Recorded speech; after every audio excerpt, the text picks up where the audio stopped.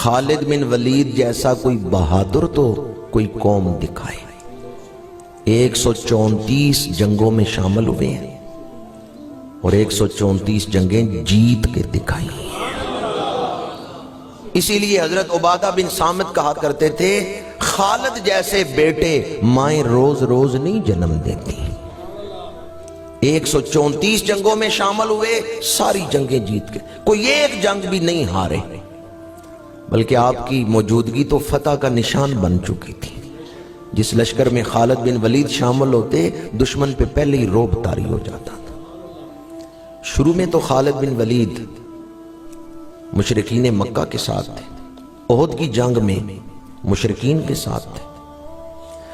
صلح حدیبیہ کے بعد کا واقعہ ہے، ان کے دو بھائی ان سے پہلے کلمہ پڑھ چکے تھے، ہشام بن ولید اور ولید بن ولید۔ وہ مدینہ منورہ میں تھے، ہجرت کر کے مدینہ شریف آ چکے۔ جناب ہشام نے خط لکھا حضرت خالد بن ولید کو، غلام کے ہاتھ رکا دے کے بھیجا کہ جاؤ جا کے میرے بھائی خالد کو یہ میرا پیغام دو۔ اس میں کیا لکھا تھا انہوں نے؟ اے خالد، تیرے جیسا عقل مند ابھی تک اسلام سے دور ہے، میں اس پر بڑا حیران ہوں۔ کیسے دعوت دی ہے انہیں اسلام کی، میں اس پر حیران ہوں کہ تیرے جیسا عقل مند، اس نے اسلام پہ غور ہی نہیں کیا۔ اگر تو عقل سے کام لیتا تو اسلام قبول کر لیتا، غور کر اسلام پر۔ جس طرح صحابہ نے اسلام کی تبلیغ کی ہے نا، ہم ان سے رہنمائی لیں تو ہمارے لیے اسلام کی تبلیغ کرنا آج آسان ہے۔ جو بھی عقل مند عقل سے کام لے گا وہ اسلام سے دور نہیں رہ سکتا۔ اسلام کی تعلیمات پر، اسلام کن چیزوں کی طرف بلاتا ہے، اسلام کن چیزوں سے روکتا ہے، اور پیغمبر اسلام محسن انسانیت کی سیرت کیا ہے۔ خالد بن ولید کہتے ہیں میرے بھائی نے خط لکھ کے میری توجہ اس طرف کروائی، صرف جذبات سے ہی کام نہ لو، عقل سے کام لو، دھیان دو اسلام کی تعلیمات کی طرف۔ خالد بن ولید کہتے ہیں اب میں نے غور کرنا شروع کیا، میرے دل میں اسلام کی محبت پیدا ہو گئی۔ میں نے جب حضور کی سیرت پر غور کیا، احد کا وہ منظر میرے ذہن میں آ گیا، جب ایک جتھا حضور کی طرف بڑھ رہا تھا، یہ مشرکین حضور پر تیر پھینک رہے ہیں، یہ نیزے لے کے حضور کی طرف بڑھ رہے ہیں، اور حضور کی پیشانی مبارک پہ زخم آیا ہے، تو آپ دعا کیا کر رہے ہیں؟ یا اللہ ان کو معاف کر دے، یہ مجھے پہچانتے نہیں ہیں۔ خالد بن ولید کہتے ہیں میرے دل میں احد کا وہ منظر یاد کر کے حضور کی محبت پیدا ہو گئی۔ ہم کیا کر رہے تھے اور اللہ کے نبی کیا کر رہے تھے؟ دشمن تیر برسا رہے تھے اور حضور دعا کیا کر رہے تھے؟ یا اللہ ان کو معاف کر دے، یہ مجھے پہچانتے نہیں، ان پر عذاب نہ نازل کرنا، یہ مجھے پہچانتے نہیں۔ حضرت خالد بن ولید کہتے ہیں پھر میں نے خواب دیکھا، میں ایک تنگ جگہ میں ہوں، تاریک جگہ میں ہوں، وہاں سے میں نکلا ہوں تو آگے کھلا میدان ہے، اس میں روشنی ہے، اس میں خوشبوئیں ہیں، اس میں ہریالی ہے۔ صبح اٹھ کے میں نے فیصلہ کیا یہ جو اندھیرا ہے نا یہ کفر ہے، جو روشن میدان ہے وہ اسلام ہے، یہ جو بدبو والی تاریک جگہ ہے یہ کفر ہے، اور وہ جو ہریالی والی خوشبودار جگہ ہے وہ اسلام ہے۔ میں نے فیصلہ کیا میں مدینہ شریف جاؤں گا اور اسلام قبول کروں گا۔ مکے سے نکلے، راستے میں عثمان بن طلحہ ملے، انہوں نے پوچھا خالد کدھر جا رہے ہو؟ کہا میں مدینہ شریف جا رہا ہوں رسول اللہ کی غلامی اختیار کرنے۔ عثمان بن طلحہ نے کہا اکیلے نہ جاؤ، مجھے بھی ساتھ لے جاؤ۔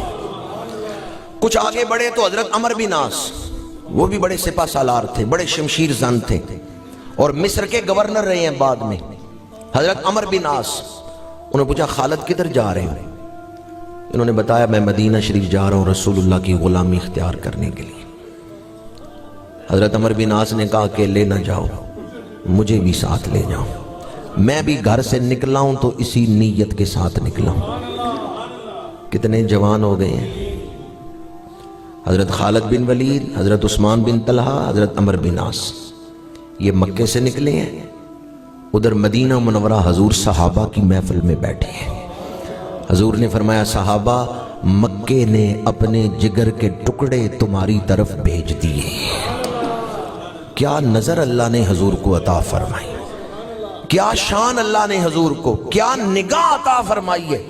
وہ ابھی مکے سے نکلے ہیں اور جن پر اہل مکہ کو ناز تھا کہ خالد ہمارے ساتھ ہیں، عمر بن عاص ہمارے ساتھ ہیں، میرے آقا کریم نے فرمایا جن کی قوت پر مکے والے فخر کرتے تھے، مکے کے وہ جگر آج مدینے کی طرف آ رہے ہیں۔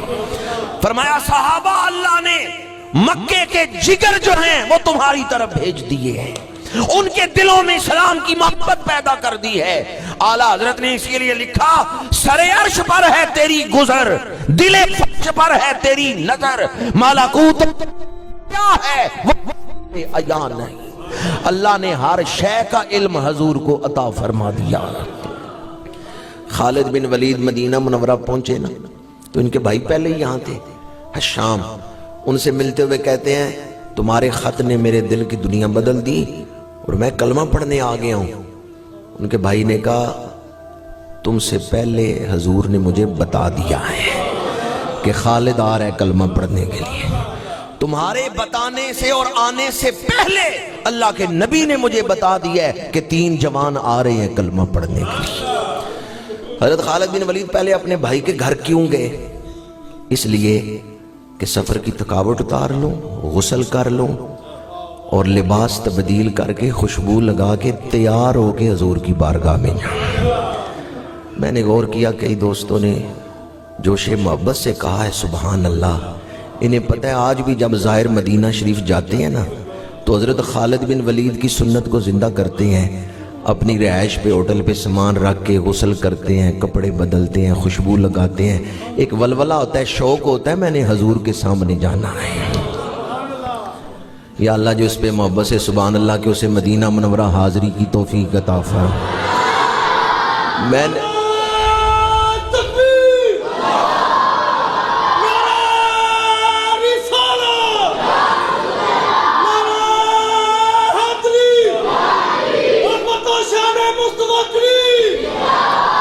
میں نے تو کئی لوگوں کو دیکھا ہے وہ یہاں سے نیا سوٹ مدینہ منورہ کے لیے سلوا کے لے جاتے ہیں، یہ سوٹ میں نے مدینہ شریف جا کے پہننا ہے، وہ نئے کپڑے سلوا کے لے جاتے ہیں کہ جب مدینہ منورہ جائیں گے پھر یہ سوٹ پہنیں گے۔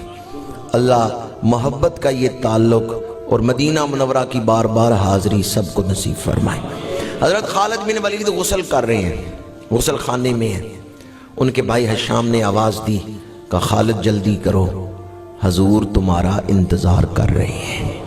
حضور نے قاصد بھیجا ہے، حضور تمہارا انتظار کر رہے ہیں۔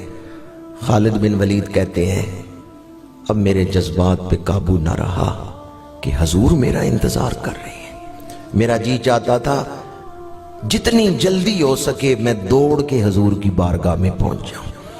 اللہ کے نبی میرا انتظار کر رہے ہیں، حضور میرا انتظار کر رہے ہیں۔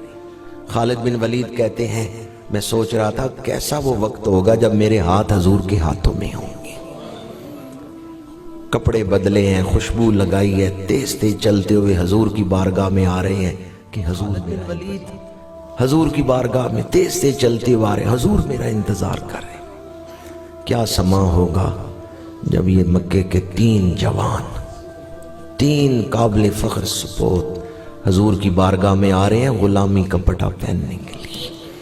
حضور کی بارگاہ میں آ کے خالد بن ولید حضور کے سامنے دو زانو بیٹھے، عرب کا شمشیر زن آج حضور کے سامنے دو زانو بیٹھے، دونوں ہاتھ پیش کیے ہیں بیعت کے لیے، توحید و رسالت کا اقرار کیا، اللہ کی وحدانیت، حضور کی ختم نبوت کا اقرار کیا۔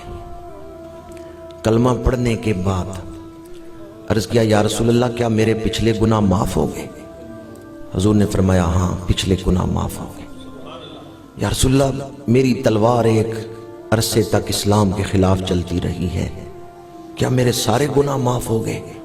حضور نے فرمایا ہاں، اسلام کی یہ شان ہے کہ جو اسلام قبول کرتے اللہ اس کے پچھلے گناہوں کو معاف کر دیتا ہے۔ اب پہلی خواہش جو حضرت خالد بن ولید نے کلمہ پڑھنے کے بعد حضور کی بارگاہ میں پیش کی ہے، یا رسول اللہ میرے لیے دعا فرمائے۔ حضور نے دعا کے لیے ہاتھ اٹھائے، حضور مانگ رہے ہیں، صحابہ آمین کہہ رہے ہیں۔ کس کے لیے مانگ رہے ہیں؟ خالد بن ولید کے لیے۔ کیا مقدر ہیں حضرت خالد بن ولید کے؟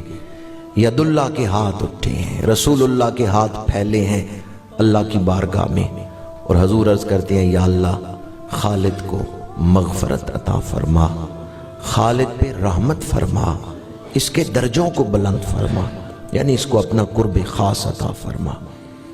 دعا مکمل ہوئی، پھر حضور نے فرمایا انت سیف اللہ المسلول، اے خالد تو اللہ کی تلواروں میں سے ایک تلوار ہے۔ خالد بن ولید کی آنکھوں میں آنسو آ گئے، رونے لگ گئے۔ بعد میں صحابہ نے پوچھا کہ حضور نے جب آپ کو لقب دیا سیف اللہ تو آپ رو کیوں رہے تھے؟ حضرت خالد بن ولید نے فرمایا میں رو اس لیے رہا تھا کہ اب میں شہید نہیں ہوں گا، کیونکہ اللہ کی تلوار کبھی ٹوٹ نہیں سکتی۔ انسان حیران ہوتا ہے